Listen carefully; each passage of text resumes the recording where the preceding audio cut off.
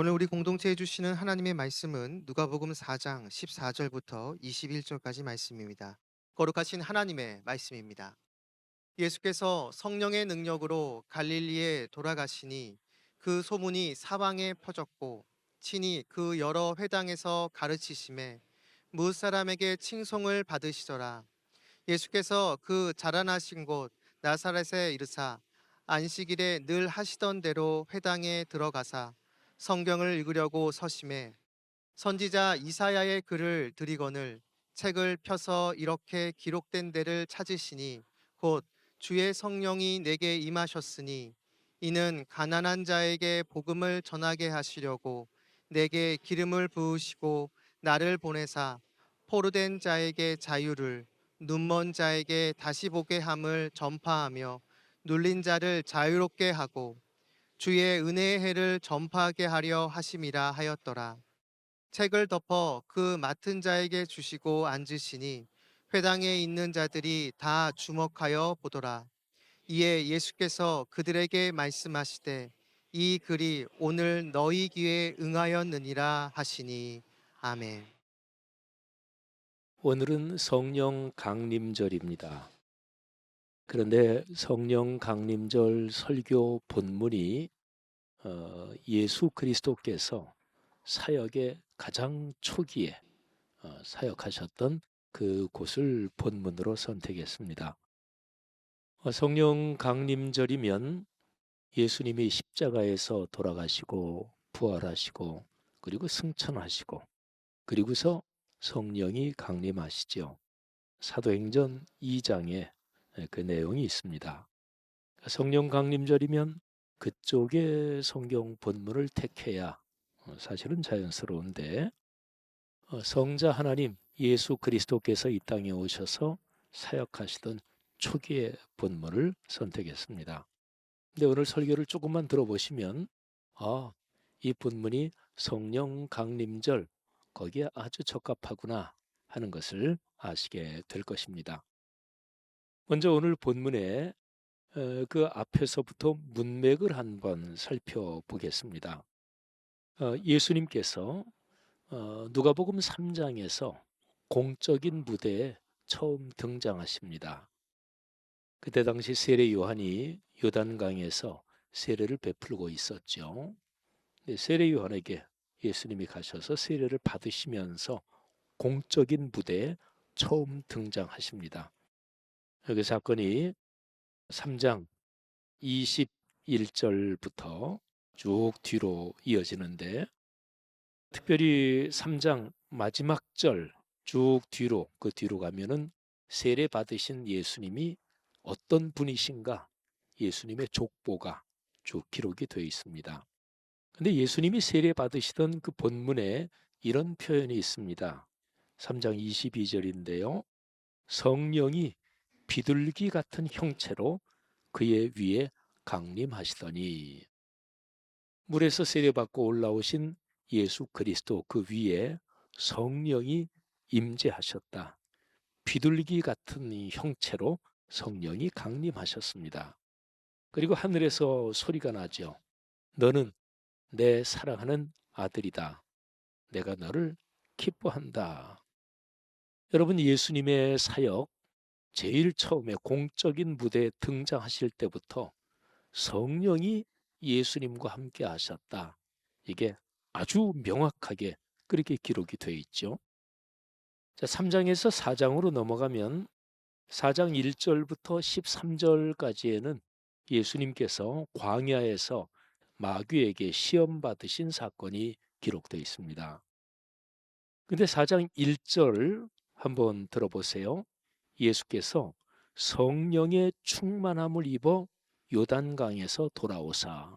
그러니까 바로 앞에 3장에서 세례 요한에게 세례를 받고 그때 성령이 충만하게 강림하신 그거를 다시 한번 설명하는 거죠. 성령의 충만함을 입고 그리고 요단강에서 돌아오사. 근데 돌아오셔서 광야에서 40일 동안 금식을 하시면서 그러면서 그때 마귀가 공격을 하죠. 그런데 거기에 또 표현이 성령이란 표현이 또 한 번 나옵니다. 광야에서 40일 동안 성령에게 이끌리시며, 마귀가 예수님을 공격하는데 그 40일 동안 성령께서 예수님과 함께 계셨고, 예수님은 성령의 이끌리심을 받으시면서 광야에 계셨습니다. 여기서 우리가 두 군데를 봤는데 아주 명확하죠. 예수 그리스도 그분은 공적인 무대에 등장하실 때부터 성령으로 충만하셨고, 또 시험을 받으실 때도 성령으로 이끌리셨습니다. 자, 그리고 나서 오늘 본문이 이어집니다. 오늘 본문에서 14절, 15절은 예수님이 그렇게 세례받고 마귀에게 시험 받으시고, 그리고 나서 본격적으로 공적 사역을 처음 시작하신, 갈릴리에서 사역하신, 그게 두 절에 나와 있어요. 14, 15절. 갈릴리에서 사역하시면서 예수님에 대한 소문이 사방으로 퍼집니다.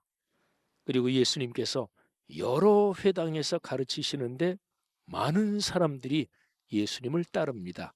근데 그 갈릴리 사역의 초기 그 상황을 딱 두 절에 일단은 요약하는 거예요. 근데 그 두 절 말씀 14절에 보면 이렇게 기록되어 있습니다. 예수께서 성령의 능력으로 갈릴리에 돌아가시니, 또 성령이 언급되죠. 세례 받으실 때 성령이 강림하셨고, 그렇게 해서 성령의 충만함을 입어서 요단강에 돌아오셔서 광야에서 40일 동안 마귀에게 시험 받으실 때도 성령과 동행하시며 성령이 예수님을 도와주셨고, 그리고 갈릴리 그쪽 지방에 가서 초기 사역을 하실 때 성령의 능력으로 사역하셨다 하시는 거죠.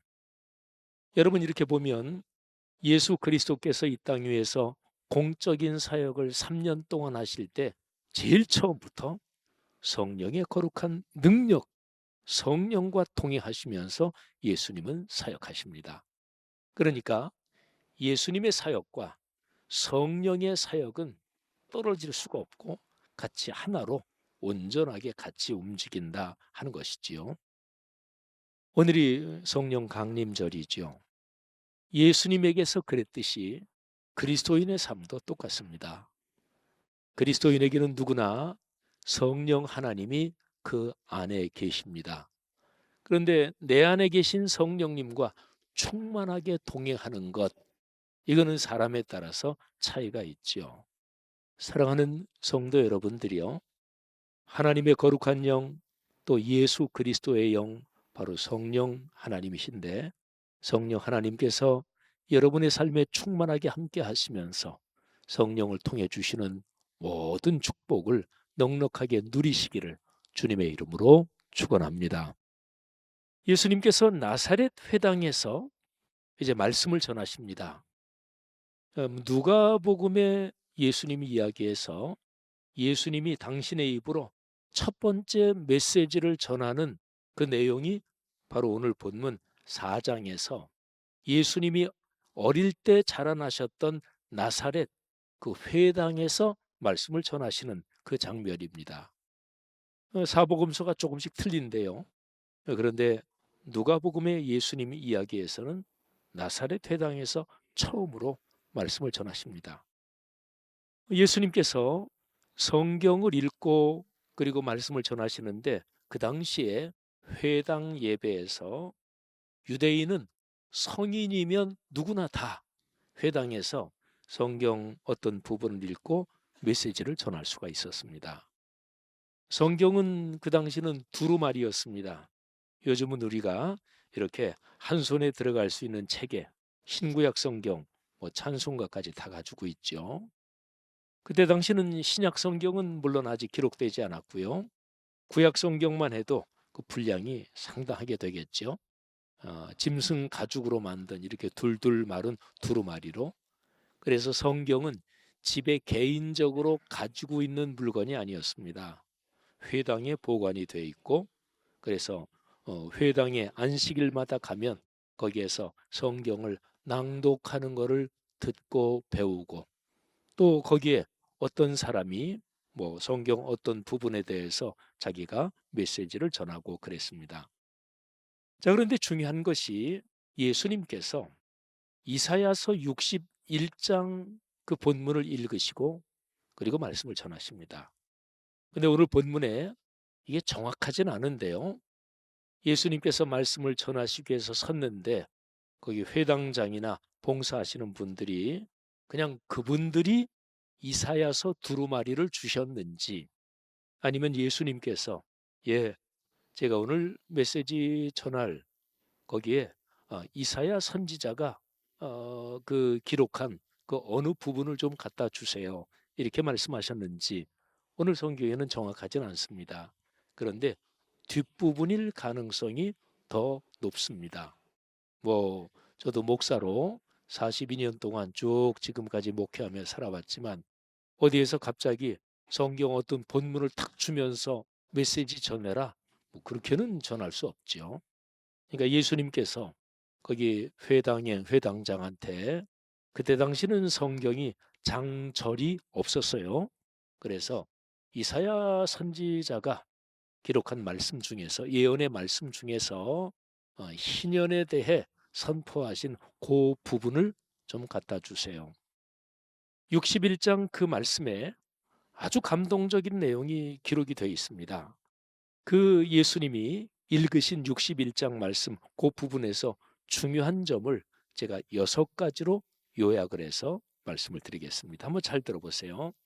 첫째, 성령이 임하신다.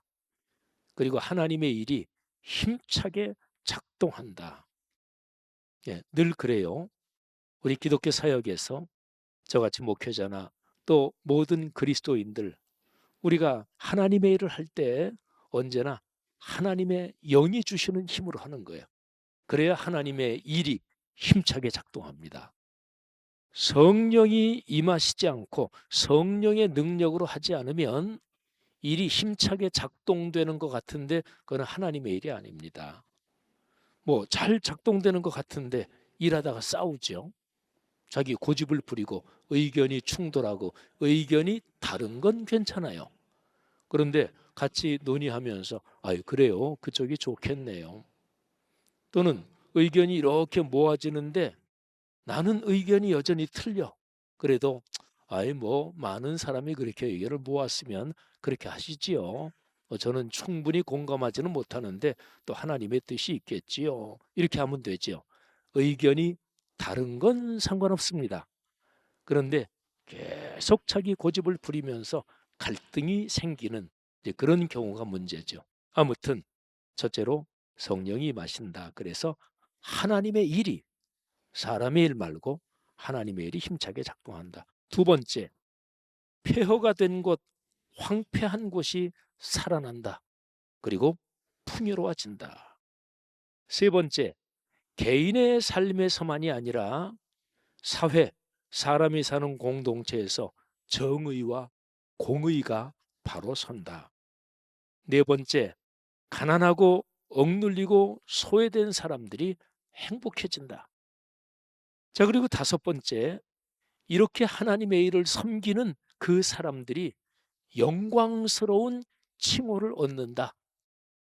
제가 새 한글 성경 그 번역에 따라서 하나님의 일을 하는 사람들이 어떤 영광스러운 칭호를 얻는지 그 칭호를 거기 표현된 거를 제가 말씀드릴게요. 공의의 참나무들. 그러니까 하나님의 공의를 실천하고 공의를 세우는 참된 일꾼들이다 그런 거죠. 여호와께서 심으신 사람들, 여호와의 제사장들, 우리 하나님의 일꾼들.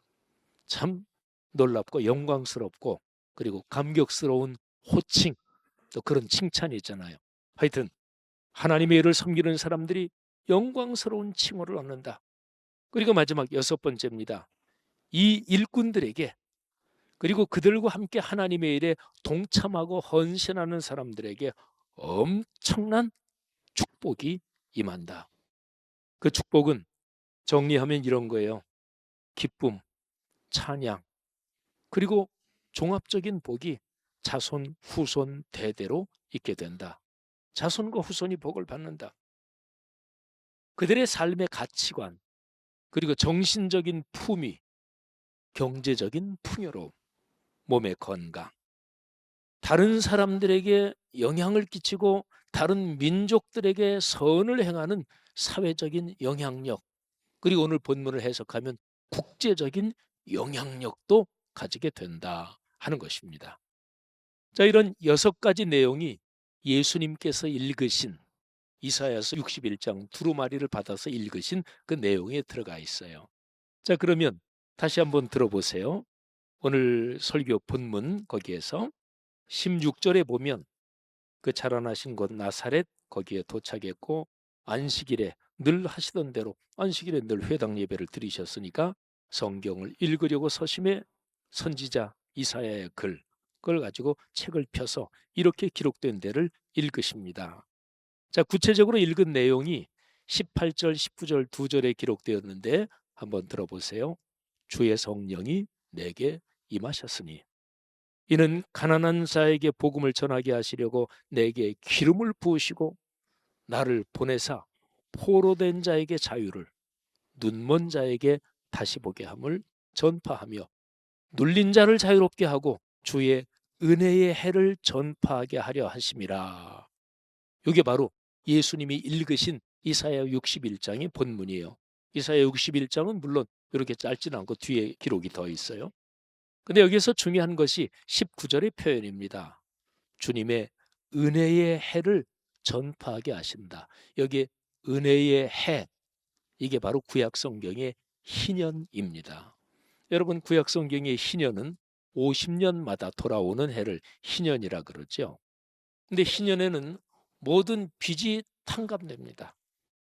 살다가 어려워서 경제적으로 파산해서 어느 집에 종으로 팔렸다든지 내 아들 내 딸이 어디에 종으로 팔려갔다든지 그런 사람이 다 다시 돌아옵니다. 하나님께서 지파별로 또 지파의 가족별로 분배해 주신 땅, 이게 살다가 어려워서 그 땅을 팔게 됐다. 희년이 되면 다시 다 원래 주인에게 돌려줍니다. 그러니까 희년은 회복의 해요. 은혜의 해요. 그리고 다시 한번 살 수 있는 기쁨의 해인 거지요. 예수님께서 이 말씀을 낭독하시고 그리고 쭉 이제 회당에 있는 사람들을 보십니다. 근데 예수님이 이렇게 말씀하십니다. 이 글이 오늘 너희 귀에 응하였다. 그러니까 다른 식으로 표현하면 내가 오늘 읽은 이사야 61장 말씀이 오늘 여러분에게 성취됐다. 이 말씀을 하신 거예요. 그러니까 61장 거기에 어떤 하나님의 일꾼이 나와요. 근데 그 하나님의 일꾼에 성령이 임하십니다. 그래서 그 하나님의 일꾼이 가난한 사람에게 복음을 전하고 포로된 사람에게 자유를 주고 눈먼 자를 다시 보게 하고 눌린 자를 자유롭게 하고 그리고 희년의 기쁨과 은혜를 그 하나님의 사람이 전파해요. 근데 그 하나님의 사람 61장에 예언된 그 사람이 바로 나다. 예수 그리스도다. 그 얘기를 지금 하시는 거지요. 사랑하시는 여러분, 오늘이 성령 강림절입니다. 자, 성령은 우리 사람들에게 강하게 임재하시면 무슨 일을 하시나요? 한번 신앙생활 지금까지 쭉 해오신 거, 또 배웠던 또는 성경 읽고 묵상했던 거 그냥 머릿속으로 종합적으로 떠올려 보세요. 성령이 사람들 삶에 오셔서 무슨 일을 하시나요? 성령 충만함을 받았다고 하는 사람들은 무슨 일을 하나요? 성령 충만한 사람들의 삶의 모습은 어떤 것일까요? 제가 아까 정리해드린 6가지 그거예요. 성령이 임하신다. 하나님의 일이 작동된다. 황폐한 곳이 살아나고 풍요로워진다. 개인과 사회에 정의와 공의가 세워진다. 특별히 가난하고 억눌리고 남보다 못한 사람들, 힘겹고 어려운 사람들, 그 사람들이 살만하게 되고 행복해진다. 그리고 이런 일을 하는 하나님의 사람들에게 영광스러운 칭호가 주어지고 그리고 엄청난 축복이 주어진다. 성령이 오시면 이런 일을 성령이 하시고 성령 충만을 받은 사람들이 이런 일을 하면서 살게 되는 거예요. 자, 제가 드린 말씀 중에서 개인의 삶뿐만 아니라 사회, 공동체의 공의와 정의가 세워집니다. 여러분, 한국의 그리스도인들이 성령 충만 그러면 얼른 병 고침 받고 방언하고 예언하고 이거 얼른 머리에 떠오르죠. 성령이 충만하면 그런 현상도 일어나요. 그런데 성령 충만해서 그래서 도대체 뭐가 어떻게 변하고 삶이 어떻게 변한다는 얘기인가?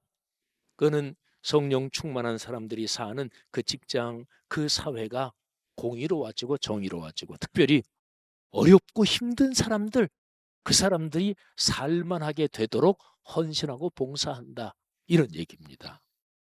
그러니까 어떤 그리스도인들이 성령 충만 받았어. 굉장히 나는 요즘 성령으로 충만해. 그러면서 자기 주변에 있는 어려운 사람을 돌아보지 않고 관심도 없다.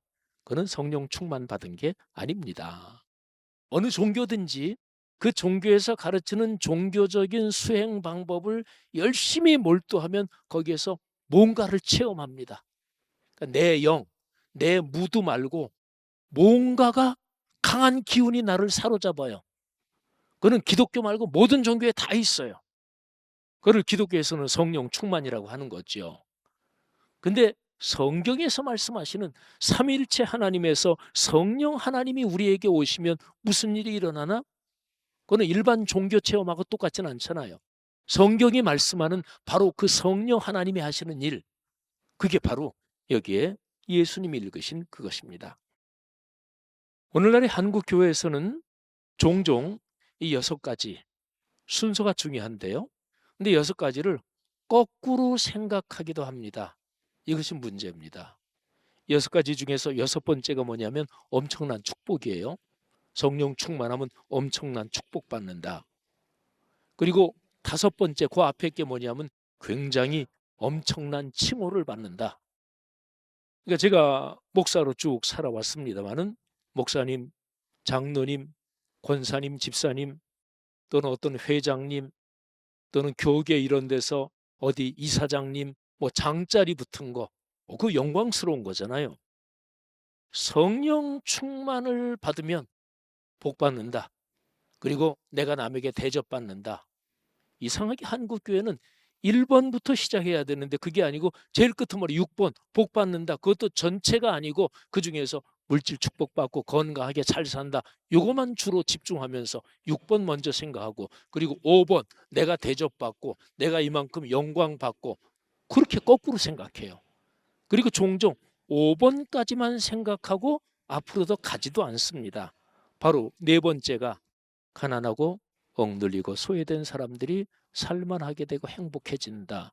근데 그 일에 동참하는 것까지는 가지도 않습니다. 이게 문제죠. 사랑하신 여러분, 성령 강림절의 참된 의미가 무엇입니까? 하나님 아버지께서 성자 예수님 그리스도를 세상에 보내시지요. 그리고 또 성령 하나님을 세상에 보내십니다. 그래서 하나님께서 이 땅에 당신의 아들을 보내시는 것은 언제나 뗄 수 없이 당신의 거룩한 영을 보내신다. 이 2개가 하나인 거예요. 그렇게 해서 하나님 아버지께서 무엇을 이루기 위해서 목적이 무엇인가요? 예를 들어서 대통령이 특사를 어느 나라에 보냈다. 그러면 특사가 그 나라에 가서 경치 좋은 데서 며칠 쉬다가 왔습니다. 그럴 리는 없잖아요. 강한 나라의 대통령이 특사를 보내면 어떤 목적이 있을 거 아니겠어요? 목적도 없는데 왜 특사를 보내요?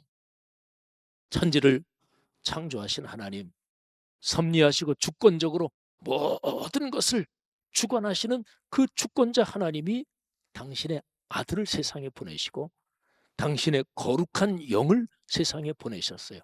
목적이 무엇일까요? 예수님이 하신 말씀에서 그 목적을 찾을 수가 있어요. 예수님이 요한복음 13장에 보면 당신의 사역의 제일 마지막에 내가 새 계명을 준다. 그 당시 유대인들은 구약 성경의 모든 계명을 다 세보니까 613가지라고 생각을 했어요. 예수님이 새 계명을 준다. 거의 사역의 마지막에. 우리 유대인들은 613가지라고 생각하고 있는데 예수님은 몇 가지란 주실까? 예수님이 한 가지만 주세요. 서로 사랑해라. 내가 너희를 사랑한 것처럼 십자가의 사랑으로 사랑해라. 서로 사랑하면 그 삶의 모습이 어떻게 될까요? 아이고 복잡하고 잠 안 오고 그런 쪽으로 갈 리가 없잖아요. 서로 사랑하면 그래서 이루어지는 것이 하나님의 평화, 하나님 나라입니다. 자, 중요한 얘기를 하나 드릴게요. 기독교 사역에서 교회를 설립하고 또 지금 북한 땅에는 공적으로 교회가 뭐 거의 없어진 바 다 됐는데 나중에 통일이 되면 북한의 교회를 설립해야 된다. 아직까지 교회가 없고 기독교 복음을 들어보지 못한 곳이 아직까지도 세상에 있어요. 거기에 교회를 세워야 된다. 선교사를 파송하잖아요. 근데 교회를 세우는 것, 이거는 기독교 사역에서 최종 목적이 아니에요. 최종 목적이 아닙니다. 중간 목적이에요. 최종 목적을 이루기 위한 중간 목적이에요. 그러면 교회는 어떤 최종 목적을 위해 헌신해야 되나요? 조금 전에 말씀드렸잖아요. 예수께서 주신 세 계명 한 가지. 십자가의 사랑으로 서로 사랑하고. 그리스도인들이 먼저 서로 사랑하고. 그래야 그리스도인들이 세상에서 영향력이 있지. 서로 싸우고 의견도 안 맞고 자기 고집 부리면서 다른 사람 전도하면 아이고 너나 잘하세요. 당신들이나 잘하세요. 그럴 거 아니겠어요. 서로 사랑하고 그래서 평화를 이루는 것. 이게 바로 최종 목적입니다. 성도 여러분들이요. 하나님께서 오늘 성령 강림절에 우리에게 다시 한번 성령께서 왜 오셨는지 어떤 일을 이루시기 위해 오셨는지 다시 한번 분명하게 깨닫고 그렇게 사랑과 평화로 사시는 여러분 모두가 되시기를. 그리고 제가 6번째로 말씀드린 거에는 종합적인 축복이 들어 있습니다. 경제, 건강, 자손 잘 되는 거 물론 다 있고요. 그뿐만 아니라 품위 있고 가치 있는 사람, 공의와 정의로 살아가는 사람, 그러면서 존경받는 거, 그게 얼마나 좋아요. 이런 모든 복이 여러분 모두에게 이루어지기를 주님의 이름으로 축원합니다. 예수님께서 나사렛 회당에서 이사야서 두루마리를 받아서 여기 누가복음 4장에 기록된 것처럼 그렇게 짧게만 읽지는 않으셨을 거예요. 아마 더 길게 읽으셨었지 않을까 그렇게 생각해 볼 수 있어요. 그래서 제가 새 한글 성경 번역으로 여러분들에게 한번 이사야 61장 쭉 한번 읽어드리겠습니다. 예수님 당시는 성경이 장절은 아직 나누어져 있지 않지만 예수님이 현재 61장으로 구분된 아마 그 대부분을 읽지 않으셨을까 이렇게 생각해 볼 수 있습니다. 그런데 들으시면서 다음과 같은 점들에 좀 주목하세요. 정의와 공의, 기쁨과 찬양, 자손과 후손에게까지 이르는 축복, 경제적인 복, 사회적 성취, 또 우리나라가 요즘 국제적으로 대단한데 바로 여기에 내용에 국제적인 영향력 이런 것도 사실은 들어 있습니다. 이런 데 주목하면서 들어보시고 특별히 새 한글 성경에는 성경 번역을 하면서 요 부분은 예언자가 하는 말, 요 부분은 하나님께서 하시는 말씀 이런 게 구분이 되어 있어요. 제가 구분해서 낭독해 드리겠습니다. 1절부터입니다. 예언자가 다음과 같이 얘기합니다. 주 여호와의 영이 내 위에 계십니다. 여호와께서 나에게 기름을 부어 주셨기 때문입니다. 억눌린 사람들, 이거는 겸손한 사람들이란 뜻이에요. 억눌린 사람들에게 좋은 소식을 알리도록 나를 보내셨습니다. 마음 다친 사람들, 마음 다친 사람 많죠.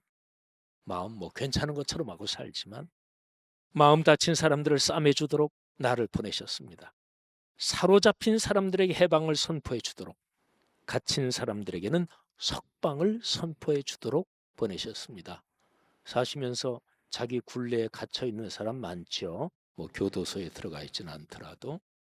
여호와께서 은총을 베푸시는 해 희년이에요. 희년과 우리 하나님이 앙가품하시는 날, 악인들에게 보복하시는 날이에요. 널리 알리도록 슬퍼하는 모든 사람을 위로하도록 나를 보내셨습니다.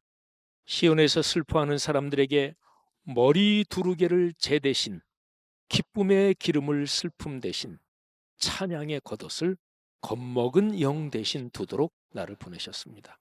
그래서 그들이 공의의 참나무들이라 불리게 하셨습니다. 여호와께서 심으신 것이라 불리게 하셨습니다. 여호와 자신의 영광을 드러내 보이라 하신 것입니다. 그들이 오랜 쑥대밭들을 다시 건설하고 예전부터 황폐해져 있던 곳들을 다시 일으킬 것입니다. 그들이 쑥대밭이 되었던 도시들과 대대로 황폐해져 있던 곳들을 재건할 것입니다.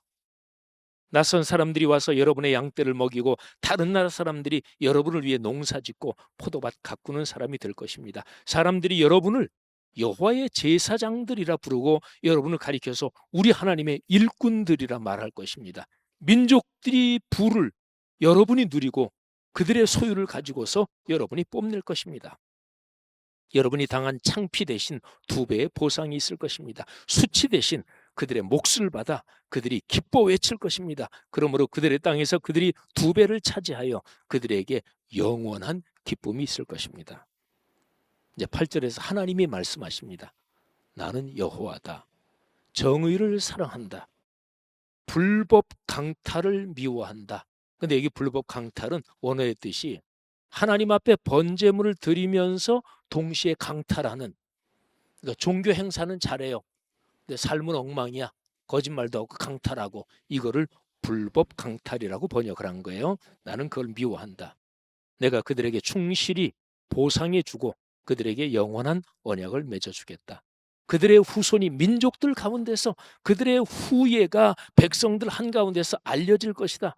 그들을 보는 모든 사람이 일어설 것이다. 바로 그들이 여호와께서 복 주신 후손이라는 것을 이제 예언자가 마지막으로 얘기합니다. 내가 즐거워하고 즐거워하겠습니다. 여호와 안에서 이 몸이 기뻐하겠습니다. 내 하나님 안에서 하나님이 나에게 구원의 옷을 입혀주시고 공의의 겉옷으로 나를 휘감아 주셨기 때문입니다. 제사장의 머리 두루개를 쓴 신랑처럼, 장신구로 단장한 신부처럼, 땅이 새싹을 내고 동산이 씨에서 자라나는 식물의 싹을 돋아나게 합니다. 그처럼 주 여호와께서 모든 민족 앞에서 공의의 찬양이 돋아나게 하실 것입니다. 아멘. 사랑하는 여러분, 이 감동적인 이사야 61장 말씀을 여러분에게 드립니다. 꼭 붙잡으셔서 여러분이 걸어가는 인생, 또 여러분의 아들, 딸, 손녀, 손자, 또 우리의 공동체가 걸어가는 삶에 이런 복이 가득하기를 축복합니다.